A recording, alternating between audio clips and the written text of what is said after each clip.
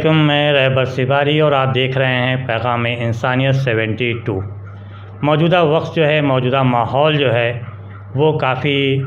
پرشوب ہے۔ اگر دیکھا جائے ایک حساب سے تو دنیا میں چاروں طرف ہلچل سی مچی ہوئی ہے، چاہے وہ امریکہ ہو، اسرائیل ہو، ادھر یوکرین ہو، روس ہو، اور ان سب کے بیچ میں ایک اسلامک کنٹری ہے جس کا نام ہے ایران، جو پیغام انسانیت دے رہا ہے پوری دنیا میں۔ اور اس انسانیت کے پیغام کا نتیجہ یہ ہے کہ آج سارے ملک ایران کی طرف جھک رہے ہیں اور اس کی طرف بڑھ رہے ہیں، دوستی کا ہاتھ پھیلا رہے ہیں۔ ظاہر سی بات ہے، اگر ہم واقعی انسانیت کا پیغام دیں گے، اور ہم صرف پیغام ہی نہیں دیں گے بلکہ ہم انسانیت دکھائیں گے بھی دوسرے کے ساتھ، دوسرے کے سامنے، تو اس میں کوئی دو رائے نہیں ہے کہ سامنے والا بھی ہماری طرف رجوع ہوگا، ہماری طرف آئے گا۔ اور موجودہ وقت میں اگر دیکھا جائے تو دنیا کی جو بڑی سے بڑی طاقتیں تھیں، وہ بھی چونکہ اس انسانیت کا جو پیغام ایران سے ابھر کر سامنے آیا آج سے 40 سال پہلے، اور آج جس مقام پر ہے ایران، وہاں اس طرف دیکھا جائے تو سبھی جتنے بھی ممالک ہیں وہ سب اس انسانیت کے پیغام طرف بڑھتے بھی جا رہے ہیں۔ اور آج ہمارے ساتھ اس وقت موجود ہیں عالی جناب حجت الاسلام مولانا احتشام عباس زیدی صاحب، جنہوں نے نہ صرف انڈیا میں بلکہ دنیا کے کونے کونے میں انسانیت کا پیغام پھیلایا، اور ایران بھی کئی مرتبہ وہ ہو کر آئے ہیں، اور ایران سے کافی ان کی قریب قربت بھی رہی ہے۔ اور ہم چاہیں گے کہ جو انہوں نے ایران میں دیکھا یا وہاں سے جو انسانیت کا پیغام پوری دنیا میں جا رہا ہے، ہم چاہتے ہیں کہ وہ آپ سے بھی روبرو ہوں اور آپ کو اس کی جانکاری دیں۔ بہت بہت شکریہ جناب، آپ جو ہمارے ساتھ آج موقع یہاں پہ ہیں۔ ہم چاہتے ہیں کہ آپ دین اور اسلام اور انسانیت ایران، اس کو لے کے ہمیں تھوڑا سا گفتگو ہمارے ناظرین حضرات سے کریں۔ بسم اللہ الرحمن الرحیم۔ دیکھیے، اسلام 1400 برس سے جس میسج کو دنیا میں پھیلا رہا تھا، اس کے لیے پروردگار عالم نے جس شخصیت کا انتخاب کیا، اس شخصیت کو جو لقب پروردگار کی طرف سے ملا، رحمت للعالمین کا لقب تھا۔ عالمین کے لیے آپ رحمت ہیں، آج بھی ہیں اور صبح قیامت تک رہیں گے۔ اس لیے ان کا پیغام بھی رحمت کا پیغام ہے۔ یہ رحمت کا پیغام جو ہے وہ اسلام کی روح ہے۔ اسلام جب بھی قوت میں آتا ہے، طاقت میں آتا ہے، تو اس میں تلواروں کی چمک نظر نہیں آتی، اس میں گویا تیغوں کی جھنکار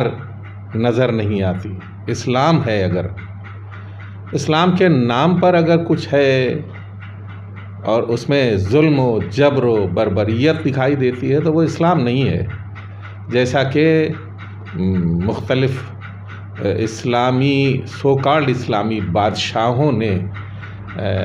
اپنے انداز سے اور اپنی روش سے اور اپنے عمل سے کیا۔ ہم دیکھتے ہیں کہ ہندوستان میں بھی تلواروں کی جھنکار کے ساتھ جو لوگ آئے تھے اور اپنے آپ کو مسلمان کہتے تھے، انہوں نے ظلم و بربریت کا بازار گرم کیا، اور دشمنوں نے یہ سمجھ لیا کہ اسلام تلوار کی زور سے پھیلا ہے۔ لیکن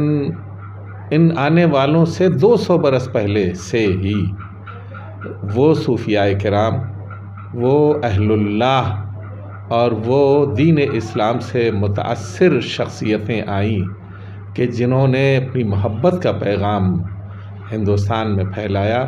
اور اسی محبت کے پیغام کی وجہ سے دنیا نے یہ دیکھا کہ ایک بڑی آبادی جو ہے وہ اسی اسلام کے آگے سر جھکانے کے اوپر آمادہ ہوئی، اور خوشی خوشی یہ لوگ دین اسلام سے قریب ہوئے۔ دیکھیے، اللہ کی نصرت کن لوگوں کے شامل حال ہوتی ہے؟ اللہ کی نصرت انہی لوگوں کے شامل حال ہوتی ہے کہ جو رحم و کرم کی اور رحمت کی راہ کے اوپر چلتے ہیں۔ پیغمبر اکرم صلی اللہ علیہ وآلہ وسلم نے اپنی زندگی میں وہ انداز اختیار کیا تھا، تو نتیجے کے طور کے اوپر قرآن کی آیت یہ بتاتی ہے، اذا جاء نصر اللہ والفتح ورأیت الناس یدخلون فی دین اللہ افواجا فسبح بحمد ربک واستغفرہ انہ کان توابا۔ پیغمبر اسلام نے جس طرح سے اپنے سخت ترین دشمنوں کو فتح مکہ کے بعد معاف کر دیا، یہ معاف کرنا جو ہے اتنا اچھوتا انداز تھا پیغمبر کا کہ جو آپ سے برسوں لڑتے رہے انہیں معاف کرنا، انہیں ان کی جان کو بخش دینا اور ان سے محبت کا برتاؤ کرنا اور ان سے بھائی چارہ بڑھانا، یہ ایک ایسا انداز تھا کہ جس نے قرآن سورہ نصر کے سلسلے میں اس سورہ کا نزول ہوا کہ اذا جاء نصر اللہ والفتح ورأیت الناس یدخلون فی دین اللہ افواجا فسبح بحمد ربک واستغفرہ انہ کان توابا۔ یہ ایک ایسا نمونہ تھا کہ جس میں یہ بیان کیا گیا کہ اذا جاء نصر اللہ والفتح، جب آپ کے اوپر اللہ کی نصرت اور فتح و کامرانی آئی تو نتیجہ کیا ہوا؟ اور آپ نے دیکھا ورأیت الناس یدخلون فی دین اللہ افواجا، آپ نے لوگوں کو دیکھا کہ اللہ کے دین میں گروہ گروہ داخل ہو رہے ہیں۔ اسلام کی تصویر ہی یہی ہے کہ جب اس کا اصلی چہرہ سامنے آتا ہے تو چاہے 1400 برس پہلے کا معاملہ ہو اور چاہے آج کا معاملہ ہو، اسلام کی اصلی تصویر جب سامنے آتی ہے تو گروہ گروہ لوگ اسلام سے متاثر ہوتے ہیں اور اسلام کے پیغام سے متاثر ہوتے ہیں۔ آج اسلام کی جو صحیح تصویر 1400 برس پہلے کی تھی وہ آج ایران میں ظاہر ہوئی، اور اس نے ظاہر ہونے کے بعد لوگوں کو متاثر کیا، مغرب بھی متاثر ہوا ہے۔ آج جتنی قرآن مجید کی سیل مغرب میں نظر آتی ہے، قرآن مجید جیسی کتاب کی سیل مغرب میں جتنی نظر آتی ہے، کوئی کتاب اتنی زیادہ نہیں بک رہی ہے۔ اور وہ یہ بھی دیکھ رہے ہیں کہ اسی یورپ میں قرآن کو جلایا جا رہا ہے، اور پھر اسی جلائے جانے کے نتیجے میں لوگوں نے کتاب قرآن کریم خریدنا شروع کی کہ دیکھیں اس کے اندر کیا لکھا ہوا ہے، اور نتیجے کے طور کے اوپر وہ لوگ مسلمان ہونے لگے ہیں۔ یہ نئی نسل جو ہے، جو عقل کی راہ اختیار کرتی ہے، جب اسے اسلام کا صحیح چہرہ نظر آتا ہے تو وہ اسلام کی طرف مائل ہوتے ہیں۔ آج ایران جو ہے اس نے صحیح تصویر اسلام کی دنیا والوں کے سامنے پیش کی ہے، محبت کا پیغام دیا ہے، اخوت اور برادری کا پیغام دیا ہے۔ اپنے درمیان بھی جو تفرقے اختلاف تھے ان کو بھی روکنے کے لیے شدت کے ساتھ کہا ہے کہ جو لوگ تفرقہ ڈالنے کے لیے مسلمانوں کے درمیان مختلف فرقوں میں وہ گویا نفرت کے بیج بوتے ہیں، ہم ان کے 100% خلاف ہیں۔ اسی طرح سے دوسری قوموں کے خلاف وہ مخالفت کا پیغام نہیں دیتے بلکہ محبت کا ہاتھ بڑھاتے ہیں، اور اسی کے نتیجے میں آج دنیا مجبور ہو گئی ہے کہ اس محبت کے بڑھے ہوئے ہاتھ سے ہاتھ ملائے۔ آج عرب ممالک جو ایک زمانے میں مغربی طاقتوں کے فریب میں آ کر کے شیعہ اور سنی کی نفرت گویا کا پہاڑ بنا رہے تھے، انہوں نے یہ دیکھ لیا کہ ہم جس قدر تبلیغ کر رہے ہیں، ایران کے اسلامی پیغام نے اس ساری تبلیغ کے اوپر پانی پھیر دیا ہے، اور نتیجے کے طور کے اوپر یہ عرب ممالک بھی اگرچہ مختلف نظریات کے حامل ہیں، لیکن انہوں نے دیکھ لیا کہ عبوری سطح کے اوپر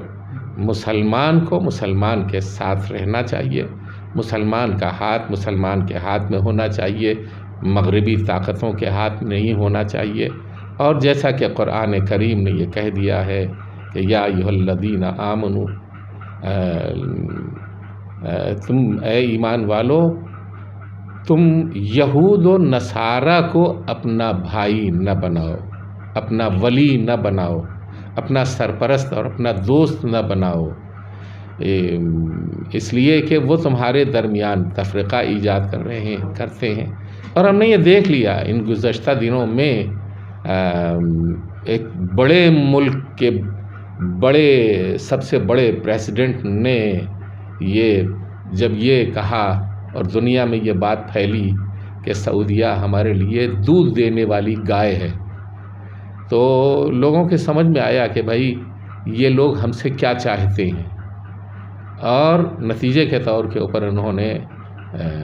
یہ حالات پیدا ہوئے۔ اگرچہ چین اس میں دخیل ہوا اور ماحول کو سازگار کرنے کے لیے اس نے پہل کی، لیکن یہ مسلمان ممالک پہلے سے بھی اپنا ذہن بنا چکے تھے کہ ایران سے کوئی صورتحال پیدا ہو جائے کہ ایران سے ہاتھ ملایا جا سکے، جس کی نظیر خود عراق میں ہونے والی مختلف بیٹھکیں تھیں اور نشستیں تھیں کہ جو چین کی پہل سے پہلے ہی چل رہی تھی، اور عراق میں ایران اور سعودی عربیہ کی مختلف بیٹھکوں نے ماحول کو سازگار کیا تھا، اور اب جو ہے وہ یہ حالات پیدا ہوئے ہیں کہ جو عالم اسلام کی قوت اور تقویت کا باعث بن رہے ہیں، اور یہ ایک خوشائند رخ ہے جو ہمارے سامنے ہے۔ تو سنا آپ نے کہ کتنی اچھی باتیں آپ نے بتائی۔ یہ تھے عالی جناب مولانا سید احتشام عباس زیدی صاحب۔ پوری امید ہے کہ آپ نے بہت اچھے ڈھنگ سے سنا ہوگا۔ جو لوگ ہمارے چینل پہ نئے آئے ہیں وہ لوگ سبسکرائب ضرور کیجیے گا، ثواب جاریہ ہے، آپ ہی کے سپورٹ سے ہمارا چینل آگے بڑھے گا۔ بہت بہت شکریہ، خدا حافظ۔